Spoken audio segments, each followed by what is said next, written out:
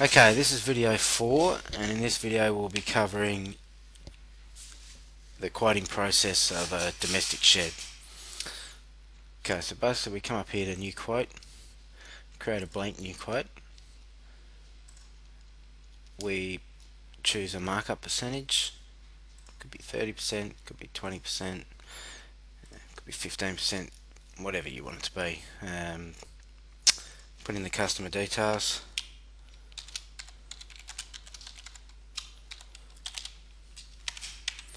Yeah, it is a good idea to fill all the rest of these details out, but we'll just leave these blank for now. Okay, basically we'll start at the top. First drop down box covers the type of shed that you'll be quoting on.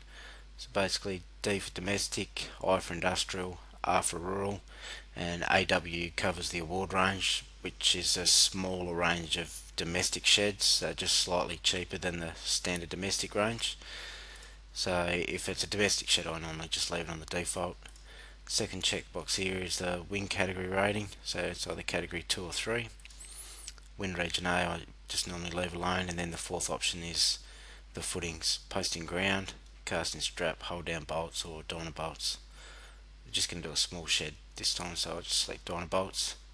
Next we can select the roof pitch, either 7.5, 10, 15 or 30 degrees.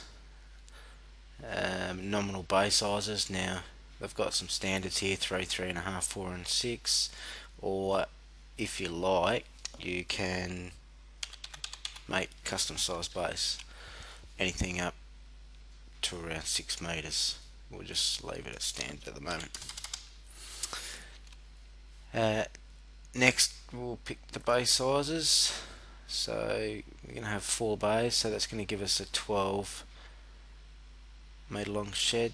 Width, once again, have some standard widths or spans here, or you can put in custom, so that would in essence make our shed 6'1" wide. Once again we'll just leave it at a standard 6 and then choose the height. Once again these can be a custom height if you like. We'll just click a standard 2.7.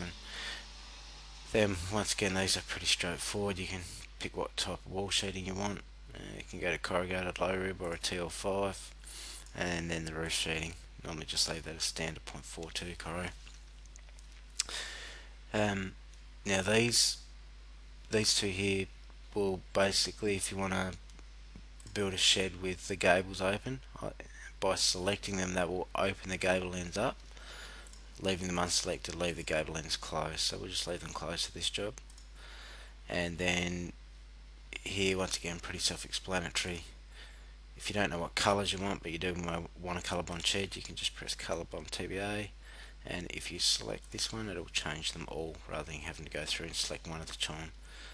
This button here will give you the colour chart if you're not up to date with them. Then the shed lookup data will just give you some parameters of what is happening with the shed. So we've got C150 15 columns, 64mm top out purlins and girts, and it'll just tell you what knee plates and ridge plates we've got.